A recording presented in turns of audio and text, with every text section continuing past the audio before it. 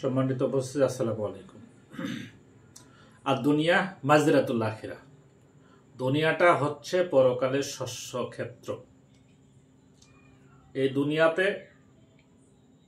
সুখে শান্তিতে বসবাসের জন্য আপনি যেমন আবাদ করেন, ভালো একটা আবাদ করে ফসল ঘরে তুলেন, ঠিক তেমনি দুনিয়াতে সুখ ভোগের জন্য আল্লাহ দুনিয়াতে মানুষকে পাঠাইছে এখানে কিছু অর্জন করার জন্য, এখানে কিছু ভালো কাজ করার জন্য। যে ভালো কাজ করলে আপনি দুনিয়াতে যদি ভালো কাজ করেন তাহলে পরকালে সুখ ভোগ করতে পারেন। আর এখানে যদি আপনি ভালো কাজ না করতে পারেন, সেভাবে যদি দুনিয়া থেকে চলে যান পরকালে, তাহলে আপনার সেখানে দুঃখ আর দুঃখের সীমা নাই।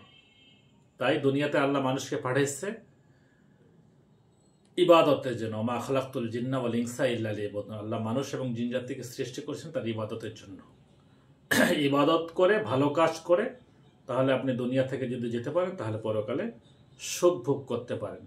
দুনিয়াতে আপনি এক বছরে সারা বছরের সুখে শান্তিতে বসবাস করার জন্য আপনি যখন এটা আবাদ করেন, এই আবাদ করার আপনি মনে করেন যে আপনি রোপা লাগাইছেন, এই রোপা আপনার টার্গেট হচ্ছে রোপা লাগাইছেন, আপনি ধানটাকে ঘরে তুলবেন।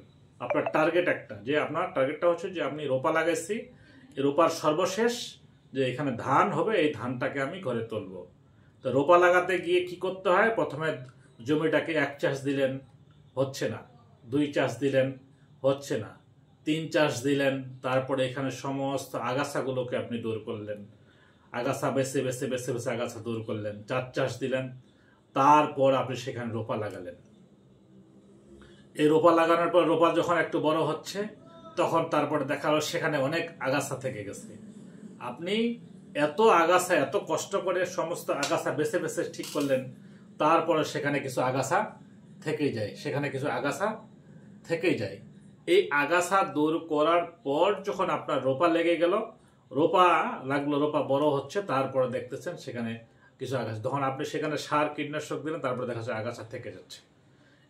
তারপরে আল্লাহ কি করলো? এই আগাছার পাশাপাশি আগাছা বড় হয়ে যাচ্ছে, কিছু আগাছা থেকে গেল। আল্লাহ কি করলো? সেখানে আল্লাহ দিল, তারপরে ওখানে পোকা দিয়ে দিল। পোকাটা লাগলো, আগাছার মধ্যে পোকা লাগলো না, কিন্তু পোকার ধানের থেকে আগাছাটা বেশি নকনকা, বেশি সবুজ, কিন্তু পোকা আল্লাহ দিয়ে দিল পরীক্ষা করার জন্য সেই ধান গাছের মধ্যে, রোপা গাছের মধ্যে ধান দিলে। তারপরে আপনার টার্গেট ছিল আপনি কীটনাশক মেরে দিলেন। এই কীটনাশক দেওয়ার পরে, কীটনাশক পোকাগুলো মরার পরে তারপরে আপনি ধান শেষ পর্যন্ত আপনার ধান ঘরে তোলা। আপনার টার্গেটটা ছিল যে ধান ঘরে তোলা, এই টার্গেটটা ছিল আপনার ধান ঘরে। ঠিক তেমনি আল্লাহ মানুষকে পাঠিয়েছেন, আমাদের টার্গেট থাকবে জান্নাত পাওয়ার জন্য, জান্নাত।